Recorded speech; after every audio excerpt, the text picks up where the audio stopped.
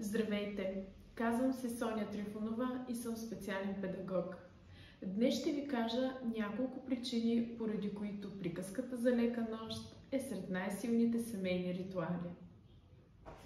Първо, чувство за безопасност и сигурност.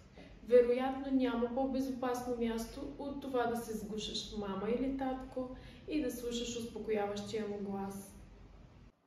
Връзката става по-силна, пренасяйки се в света на приказките, който е изпълнен с хиляди възможности. Спокойната и сигурна среда карат стреса да намалява както за детето, така и за неговите родители. 2. Край на деня. Четенето на приказка за лека нощ може да бъде символична крайна точка в дългия и безкрайен ден. 3. Ангажиране на въображението. Приказките за лека нощ са един от най-добрите начини за стимулиране на въображението при децата. 4. Свързване и съпричастност. Историите от приказките учат децата на емпатия.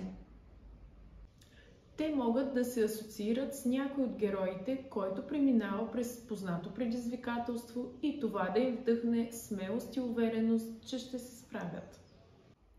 Четенето на приказка не бива да бъде нещо, което правим само за децата. Ползите са и за нас самите.